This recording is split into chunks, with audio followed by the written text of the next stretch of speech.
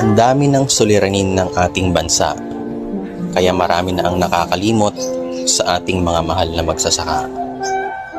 Meron na ba silang magarang buhay na tinatamasa? Ang totoo niyan, wala. Dahil nananatili pa rin sila sa estado ng isang kahig, isang tuka.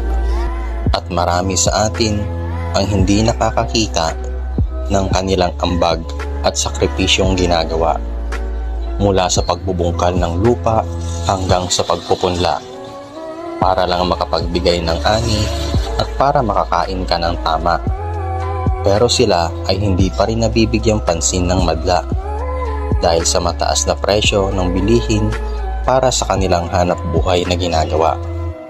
At ang masakit pa sa lahat ay bibilhin lang ang kanilang produkto sa halagang napakababa.